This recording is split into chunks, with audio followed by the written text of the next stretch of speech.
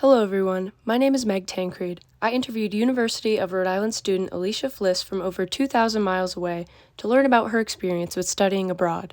Alicia Flis, originally from Maine, is a junior at the University of Rhode Island. This semester, her studies have taken her over 2,000 miles from the URI campus to San Jose, Costa Rica, where she's studying wildlife conservation, biology, and animal behavior with a focus in natural resource management through URI's World Strides program.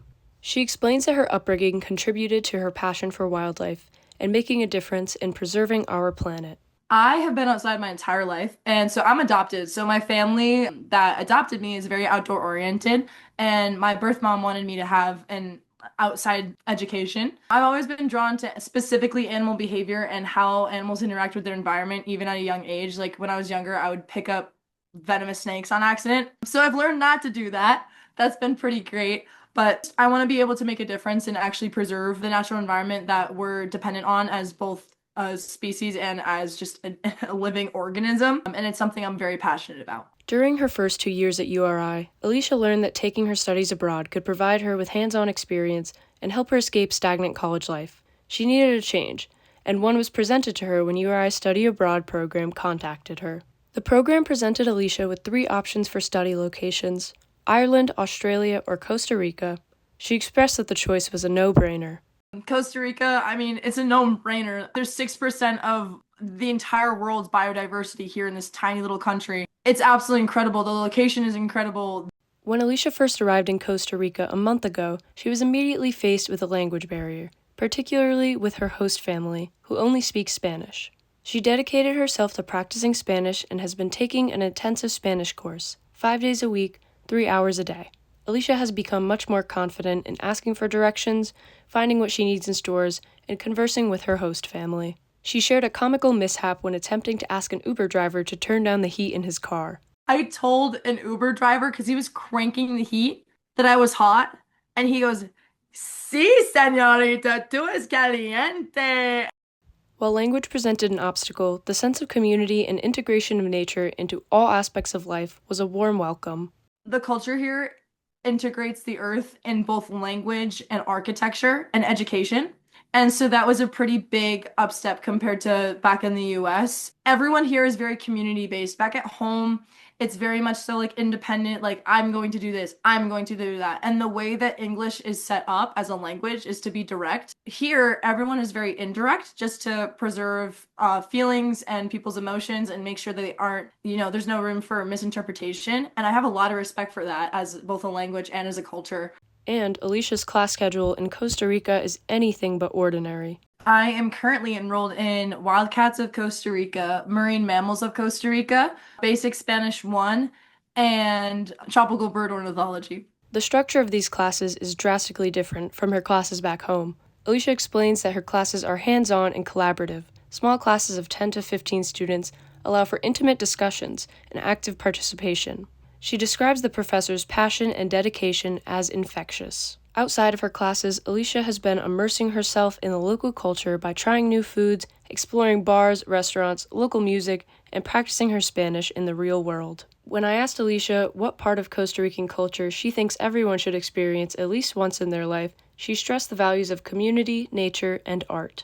Everyone wants to help each other, and no one has an independent mindset here. That is just actually one of the most beautiful pieces about being here, is that I feel so seen and accepted for who I am. Everyone here is so accepting and kind and just like outgoing and excited to be here and excited to learn. And that for me is one of the most beautiful aspects about this country. People protect ecotourism in a way that's respectful of the environment, but still allows people to interact with this incredible country. Every single surface, every single piece of concrete, every single piece of wood, everything around here, even telephone poles, covered in stickers, murals, paintings, sidewalk etchings. It is gorgeous here. She also acknowledged that the political unrest at home is similar to what's happening in Costa Rica, and that there's a need for justice all over the world.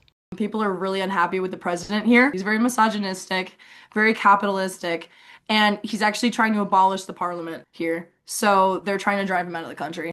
While her days can be quite spontaneous, Alicia shared an example of what an average week in Costa Rica looks like for her. and it's far from average. So I wake up, I get to go to breakfast, I walk to class, which is like a 10-15 minute walk away from my homestay. And then I get lunch with all of my friends, go back to class if I don't have a break, or I'll go home if I do have a break and do homework so I don't get distracted. As soon as my night classes are over, they end in between 6 p.m. and 8 p.m. Just depends on the day. My friends and I will go out. There's a dive bar that's got pool that's a 5 minute walk from me that we go to every Monday. We just went to a football game, not like American football, but an actual football game yesterday. And we watched Nicaragua versus Costa Rica. And Costa Rica, it was the first time they didn't have a draw, and we were on 1-4-1. So that was pretty cool. I'm planning on going to a bar that has fire spitters on Thursday and it has live music every Tuesday and Thursday. But yeah, we kind of just go to a different bar or a club every Tuesday and every Thursday. Wednesdays are off.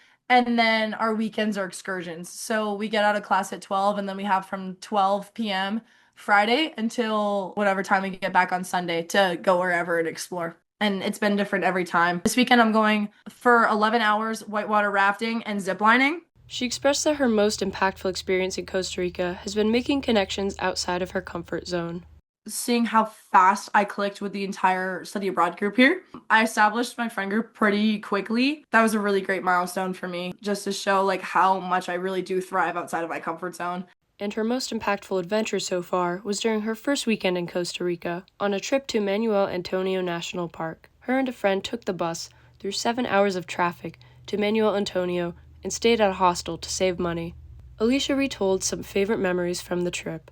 Stayed the whole day, and that was incredible. I opened my first coconut, and I made coconut fiber bracelets for everybody around here with the coconut fibers. And then her and I went back to the hostel, my friend Mira and I, and then we made some more bracelets and sat in hammocks as it thundered and lightning, and there were sloths that were underneath where our hammocks were. She went on to explain how studying abroad has changed her, allowing her to embrace newfound independence that she will carry with her in her future plans. This study abroad opportunity opened my eyes to me being able to do things independently because I'm very much so a people person and I have a really hard time doing things for myself and not just by myself. I've been really finding like some self-acceptance while I've been here. My confidence in being able to work in the real world and be able to experience the real world without the crutch of my friends or my parents or anything like that has been a breath of fresh air. I'm really proud of myself for that. Alicia advised students interested in studying abroad to mentally prepare for the journey and embrace all that they learn along the way. Make sure that you are prepared to have your world be flipped upside down. You are in a place where you know nobody, can rely on nobody except for yourself. You need to be able to have a sound mind and a sound heart. You need to be open-minded with the people that you may or may not typically get along with and really push yourself to eradicate that negativity that your brain's always telling you can or can't do something. Give it a name and tell it to shut up because it has no control over you. You are here for yourself and it will really help you to find who you are and allow you to interact with the world in the way that you want and allow you to be the person that you want to be. She added that while class is important, students should go out, have fun, and experience all that new places have to offer. A few months can go by fast. Make sure those months are full of adventures. Alicia shared that as she looks ahead to returning home in the winter, she will miss her family, friends, and community in Costa Rica the most. My mama Tika, I love her so much. She's so kind and understanding about the language barrier and has really been helping me. I think something I'm really going to miss are just the people that I've met here. Because everyone, like I said, is so accepting and kind and just so effortlessly themselves. Again, a very community-based mindset. Back at home, when I walk past someone on the street, no one even looks in my direction. Here, I don't even know the people and I wave and I smile and I say buenos dias, ¿cómo está? How are you? Have a good day. I'm really going to miss that. When I asked what her plans were for the spring semester, she shared that she will be embarking on another grand adventure, this time to Madagascar, an opportunity that came as a full circle moment for Alicia. I actually wrote my college admission essay on studying birds of paradise in Madagascar. And what do you know? I'm in a tropical bird class right now in Costa Rica, about to go to Madagascar. The Costa Rica has done so much to equip me for what to expect at another study abroad.